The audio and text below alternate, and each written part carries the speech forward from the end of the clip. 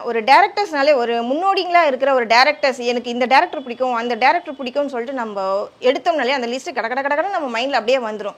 அப்படி தவிர்க்க முடியாத தமிழ் சினிமாவே தவிர்க்க முடியாத டைரக்டர்ஸ்லாம் நிறைய பேர் இருக்காங்க.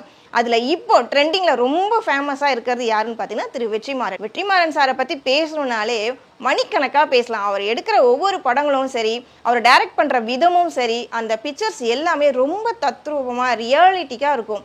பார்க்கவே நமக்கு அந்த படத்தில் நாம் போய் வாழ்ந்த மாதிரி இருக்கும். அந்த அளவுக்கு வெற்றிமாறன் சார் எடுப்பாங்க. இன்னொரு விஷயம் பார்த்தீங்கன்னா, மற்ற டேரக்டர்ஸ்லாம் ஒரு படம் டைரக்ட் பண்ணுறதுக்கு ஒரு 6 மாதமோ 8 மாதமோ எடுத்துக்கிட்டா, இவர் எக்ஸ்ட்ரா டைம் எடுத்து நிறுத்தி நிதானமாக பொறுமையாக ஒவ்வொரு காட்சியுமே இன்ச் பை இன்ச்சாக அழகாக எடுப்பார் நம்ம வெற்றிமாறன் சார். வெற்றிமாறன் சார் படத்தில் எல்லாருமே ஹிட் கொடுத்துருக்காங்க, எல்லாருமே நடிச்சிருக்காங்க, வேற லெவலில் போயிருக்காங்க. நம்ம நடிகர் தனுஷ் சாரை வந்துட்டு அவங்க அப்பா கஸ்தூரி ராஜாவாக இருக்கட்டும், அவங்க அண்ணன் செல்வராகவனாக இருக்கட்டும், திரையுலகத்துக்கு வந்து அறிமுகப்படுத்தி வேற லெவலுக்கு கொண்டு வந்தாங்க. அவங்க டைரக்ட் பண்ண படம்லாம் பார்த்தீங்கன்னா பயங்கர ஹிட்ல போச்சு. அதை தாண்டி ஒரு படி மேலே போயிட்டு பயங்கர ஹிட் கொடுத்தது எதுன்னு பார்த்தீங்கன்னா வெற்றிமாறன் சாரோட டைரக்ஷன். ஆடுகளம், பொல்லாதவன், வடசென்னை, அசுரன், இந்த மாதிரி படங்கள் எல்லாமே வெற்றிமாறன் சாரோட கூட்டணியில் நடிச்சு அவர் பயங்கர ஹிட் ஆனார்.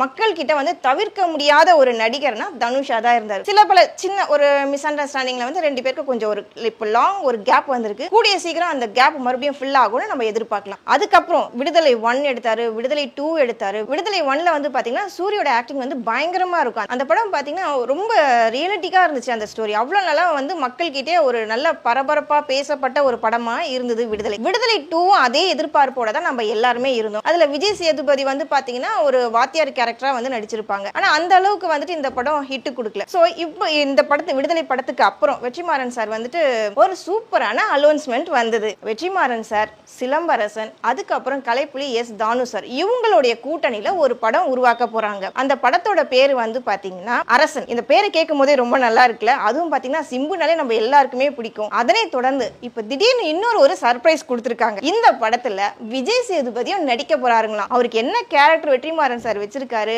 என்ன மாதிரி அவரு நடிக்க போறாருன்னு ரொம்ப ஆர்வமா இருக்குங்க. உங்களை மாதிரி தான் நானும் இந்த படம் எப்போ ரிலீஸ் பண்ண போறாங்க, இது என்னவா இருக்கும்ட்டு அந்த அளவுக்கு ரொம்ப ஆவலா இருக்கும். இதுல வந்து முக்கியமா பேச போறது என்னன்னு பாத்தீங்கன்னா, வந்துட்டு வெற்றிமாறன் சார், அப்புறம் சிம்பு சார், கலைப்புலி தானு சார் இருக்கும்போது இந்த படத்துல நடிக்க போறது யாருன்னு பாத்தீங்கன்னா விஜய் சேதுபதி. இந்த கூட்டணி வந்து பெரிய மிக பிரம்மாண்டமான கூட்டணியா இருக்கு. இந்த படம் எப்படி இருக்க போகுதுன்னா எதிர்பார்ப்பு அதிகமா இருக்குங்க. கூடிய சீக்கிரம் இந்த படத்தை நம்ம திரையில பார்க்கலாம். உங்களை மாதிரியே நானும் ரொம்ப இன்ட்ரெஸ்டா ஆவலோட காத்துட்டு இருக்கேன்.